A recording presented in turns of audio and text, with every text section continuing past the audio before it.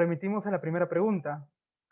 Con respecto a la reforma tributaria propuesta por el presidente Iván Duque, ¿considera un desacierto que esta propuesta de reforma tributaria se haya realizado en plena crisis de COVID-19? ¿Era necesaria esta medida? Bueno, Bruno, en primer lugar, yo creo que lo que hay que decir es que la reforma tributaria es la punta del iceberg de una serie de demandas y problemas sociales que ya existían y venían ocurriendo en el país. Por lo tanto, sí fue una medida desacertada y más en esta crisis. Principalmente yo creo que lo que llamó la atención fue la declaración que hizo el ministro de Hacienda saliente, quien además renunció luego a todas estas movilizaciones, eh, cuando se refirió al costo de los huevos, un producto tan básico en la canasta familiar, reflejando un claro desconocimiento y desconexión con la realidad de la mayoría de los colombianos. Y esto lo digo solo por dar algunas cifras de elementos que me parecen clave, como son el tema de la pobreza. De acuerdo con información del DANE, que el DANE es el Instituto Nacional de Estadística, una institución oficial, pasamos de tener 17 millones de personas en la pobreza extrema y la pobreza monetaria en 2019 a cerca de 21 millones de nuevos, de 21 millones de personas en ambas categorías de pobreza, es decir, un aumento de casi 4 millones en un año. Claro, evidentemente el COVID-19 afectó no solo a Colombia en este sentido, sino a todos los países. Sin embargo, tenemos este contexto donde la pobreza aumenta, pero a la par el gobierno insiste en presentar una reforma tributaria a todas luces regresiva. Solo por dar un poquito de contexto adicional frente al tema de pobreza, la pobreza per cápita, es decir, por persona, pasó de ser de $39 por persona en el mes a un ingreso de $41 por persona al mes. Estamos hablando que una persona sobrevive con $1.3 al día y pues que son a todas luces un tema realmente insuficiente. Esta crisis, digamos, de pobreza se agravó con el COVID-19, que en realidad lo que hizo fue desnudar la desigualdad de los países latinoamericanos. Insisto que esto no fue solo en Colombia, sino en todos los países. Y en medio de esta crisis social, de salud y económica, pues el gobierno propone una reforma que es entendible que sea necesaria para cubrir un hueco fiscal que además venía desde antes, eh, y que digamos que lo que creo que llama a un malestar mayor es que esta propuesta no se compadece con el derroche que ha tenido este gobierno en medio de la crisis. Y esto en cifras muy concretas tiene que ver con la compra de tanquetas para la guerra por 8.6 millones de dólares, también un aumento para un ingreso para la publicidad de la presidencia por 3.5 millones de pesos, el derroche en un programa de televisión, digamos que satisface la vanidad del presidente, que estamos hablando de 6.3 millones de pesos, o la compra de unas camionetas para actualizar el esquema de seguridad por 9.6 millones de pesos. Entonces, pues digamos que además de esto, de un derroche y pretender cubrir el hueco fiscal con los ingresos de todos los colombianos, pues la reforma es regresiva en cuanto propone ampliar la base de personas naturales que aportarán más impuestos frente a las exenciones que tiene el sector financiero y las grandes empresas. Por supuesto, la reforma también iba a impactar el consumo de los hogares colombianos, pues iba a aumentar el impuesto al IVA, que es el impuesto al consumo, y además se incluía en esta categoría del impuesto a nuevos bienes de la canasta familiar que antes estaban exentos, encareciendo aún más todos los productos pues, de la canasta. Entonces, pues evidentemente sí es una mala decisión, sí fue una mala decisión, seguramente seguirán argumentando por parte del gobierno que era necesaria y además decían y justificaban esta reforma diciendo que era para poder mantener una serie de programas sociales que nacieron con la crisis del COVID-19, pero esto incluso iba a ser insuficiente porque se sigue manteniendo y aumentando la pobreza y ampliando la brecha digamos, entre las distintas escalas de medición de estos indicadores. Muchísimas gracias por esta fructífera explicación de lo que ocurre en el país hermano de Colombia. Nos remitiremos a la segunda pregunta. A partir de los distintos medios de comunicación, se puede apreciar una práctica desmedida del ejercicio policial, con un saldo de cientos de personas heridas y víctimas fatales. ¿Cómo debería actuar la fuerza policial ante estos acontecimientos? Bueno, sobre este punto yo creo que hay que conectarlo con el anterior, en el sentido que muchas personas del extranjero, amigos, nos preguntan, me han preguntado, ¿por qué si retiraron la reforma? ¿Por qué la gente sigue en las calles, verdad? Como que uno no se explica por qué un hecho no está conectado con el otro. Y ante esto quiero poner un poco de contexto de lo que está ocurriendo en Colombia, que lo que estamos viendo responde a unos hechos que vienen también del pasado y que es importante poner sobre la mesa. En primer lugar, pues bueno, como decía, la reforma tributaria fue la punta del iceberg, pero detrás de ese iceberg o en lo que uno no alcanza a ver en la superficie, se mantiene el incumplimiento del acuerdo de paz y la insistencia del gobierno por materializar una política antidrogas basada en la aspersión aérea de los cultivos ilícitos, a pesar de los resultados negativos que ha tenido esta iniciativa. Aún en medio de la crisis del COVID, el gobierno ha insistido y además ha sido un gobierno que ha sido sordo a la necesidad de paz que manifiesta la mayoría de personas. Eh, y entonces, bueno, esto es una puntica. Esto se ha reflejado en el número o en el incremento de asesinato de líderes sociales, en el incremento de los desplazamientos forzados internos en el país, cifras que habían descendido durante los periodos de negociación del acuerdo y que ahora pues se volvieron a aumentar, el asesinato de excombatientes también. También que en el 2019 se inició una movilización social que empezó hacia noviembre del 2019 y digamos que lo que hizo el gobierno fue intentar establecer canales de diálogo, ¿no? Llamó como una gran conversación nacional, pero en el fondo lo único que hizo fue, como decimos en mi país, tomar del pelo o un poco burlarse de las motivaciones y de las propuestas que llevaron a esta movilización y por lo tanto esos canales de diálogo pues se han visto agotados y que ha sido una estrategia o está siendo como propuesto en este momento, pero que de algún modo se ha roto la confianza y sabemos que lo único que ha servido, que estos canales de diálogo lo que sirvan es como para dilatar, pero que no se ven resultados ni un tratamiento serio por parte del gobierno.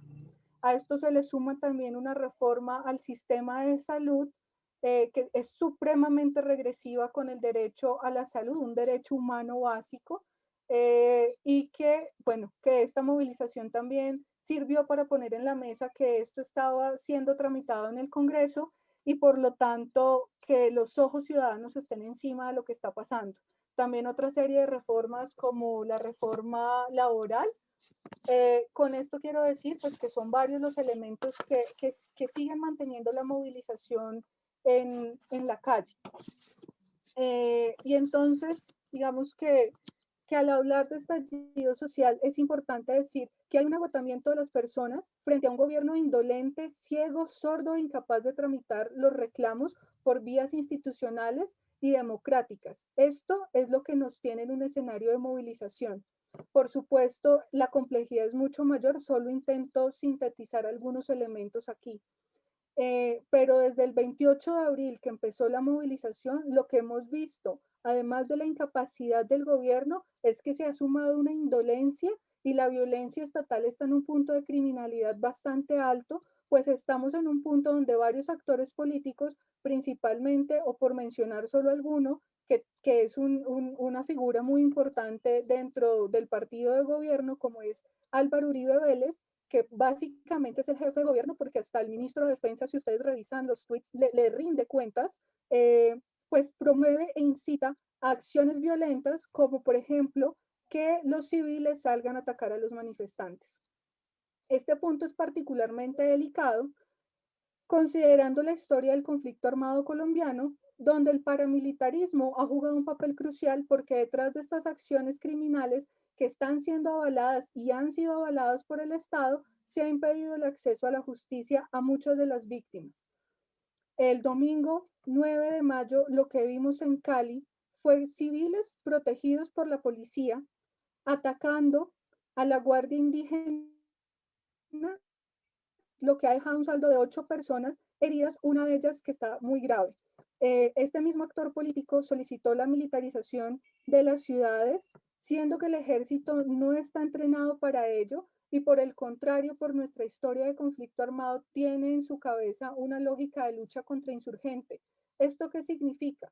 Que cualquier manifestante puede ser percibido por el ejército básicamente como un guerrillero, que es lo que ellos están intentando, es la retórica que están usando para criminalizar la propuesta y deslegitimar la movilización social. Ahora acuden el término vándalo-terroristas, o insinúan que están financiados y apoyados por guerrilleros del ELN, con quien el gobierno rompió la mesa de negociación y no ha querido, digamos, pensarse un proceso de paz serio, y por los reductos de las antiguas FARC.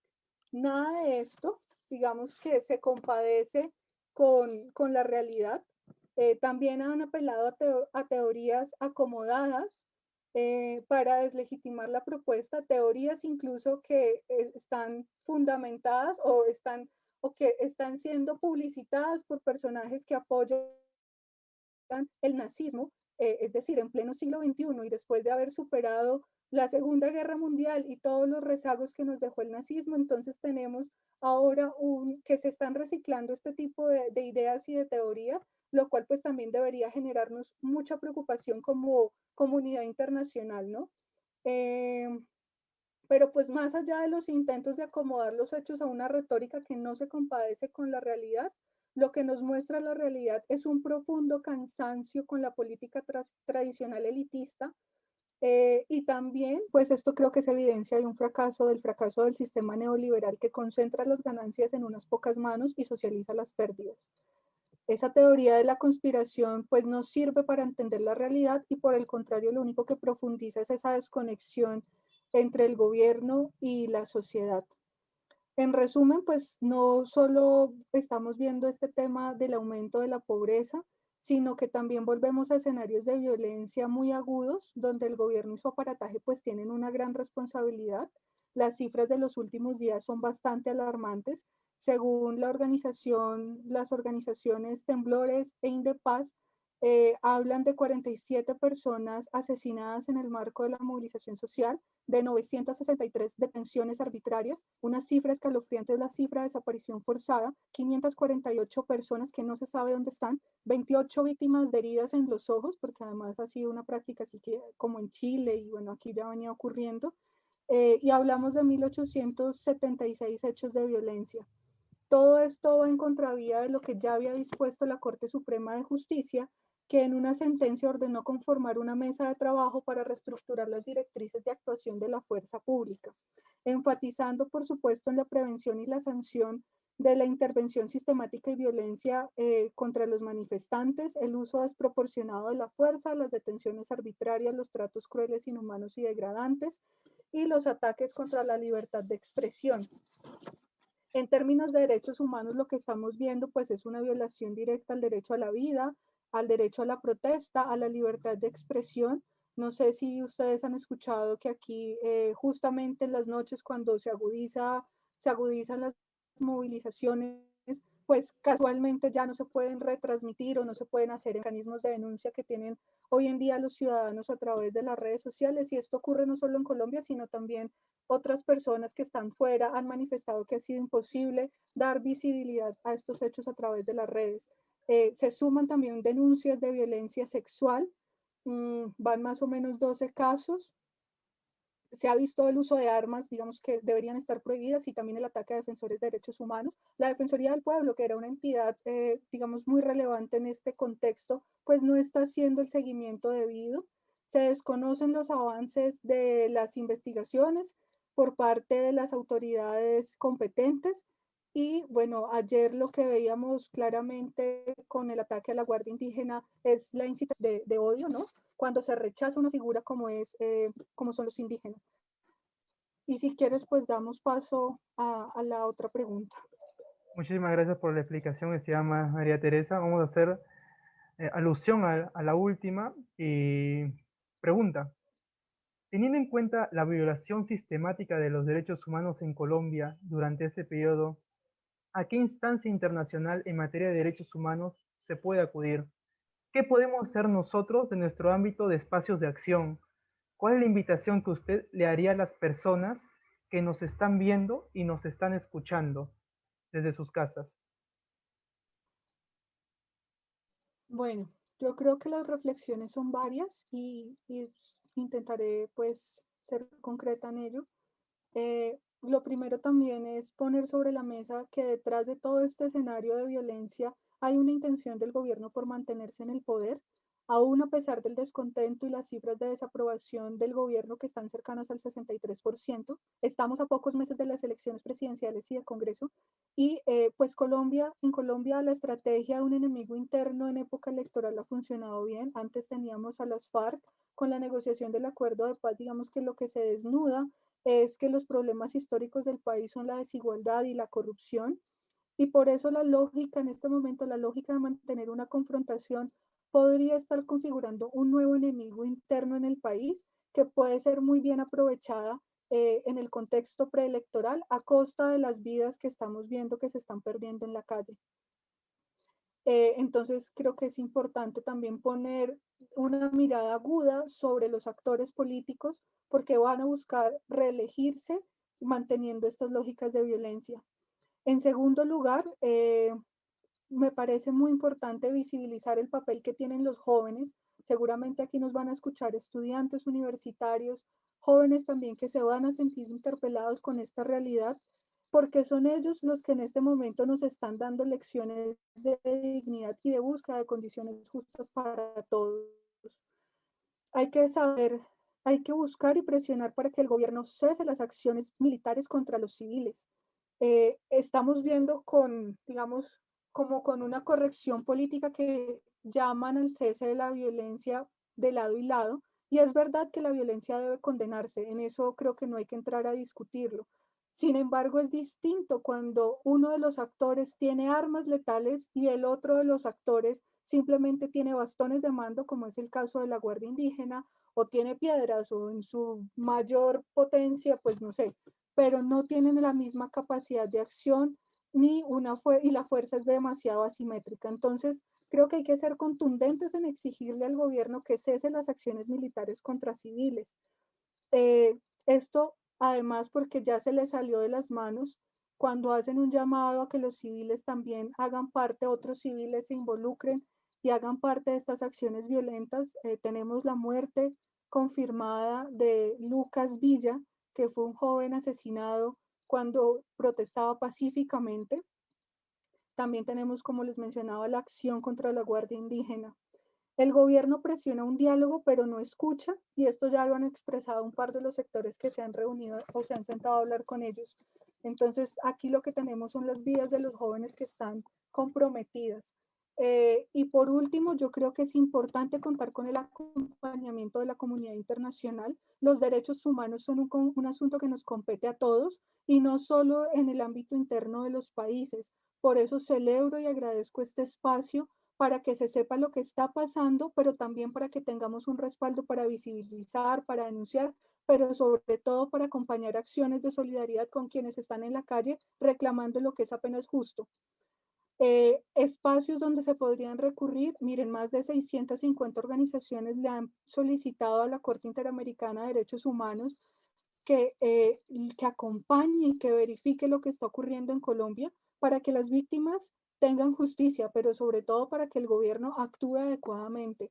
Ojalá la OEA, así como se pronuncia con vehemencia sobre los hechos que ocurren en Venezuela, por ejemplo, y sobre los que un gobierno como el colombiano da una cátedra que resulta siendo una doble moral, pues cumplan los compromisos internacionales y ya la CIDH se ha pronunciado, pero lo que necesitamos es un acompañamiento más fuerte.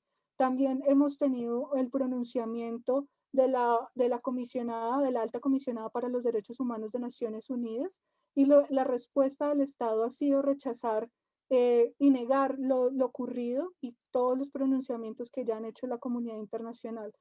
En este sentido, lo que necesitamos es que la comunidad internacional nos respalde en esta defensa de la vida, más allá de los cálculos políticos del gobierno de turno, y por supuesto que los derechos humanos son una garantía del Estado Social de Derecho que está en riesgo, así como el sistema democrático. Y con esto quisiera cerrar.